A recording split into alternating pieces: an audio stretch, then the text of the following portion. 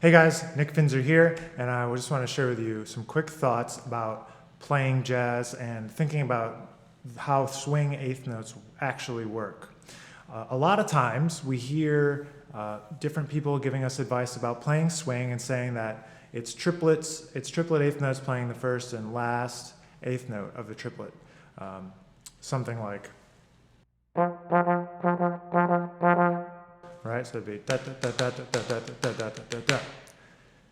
That's kind of swing, but for me, I don't really know many jazz recordings where you listen and someone sounds like this.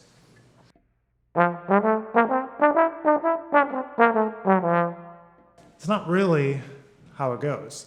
If you listen to any of the great jazz soloists from Charlie Parker, Dizzy Gillespie, J.J. Johnson, the list goes on and on, John Coltrane, you'll notice that they don't really play that way. They play a little more smoothly, the notes are a little less triplety feeling, and maybe it sounds like more like,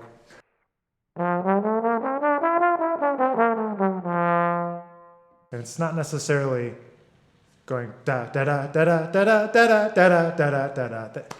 That sounds pretty hokey.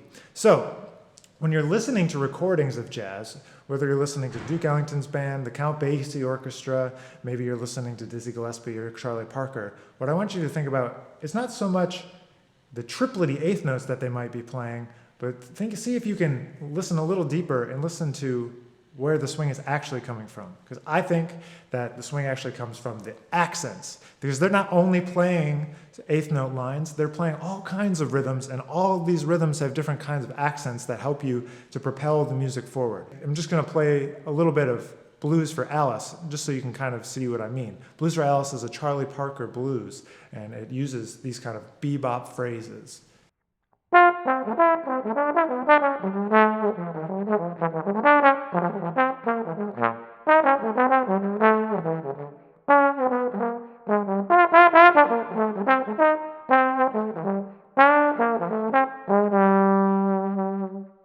So if you hear it in there, not all the notes are created with the same equalness, the same intensity. The intensity goes up and down, it ebbs and flows with the phrase.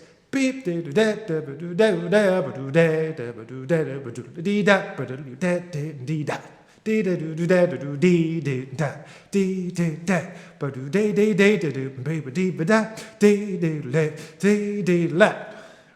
So if you go and check out the original recording, you'll really notice now that Charlie Parker and Dizzy Gillespie are playing it with accents.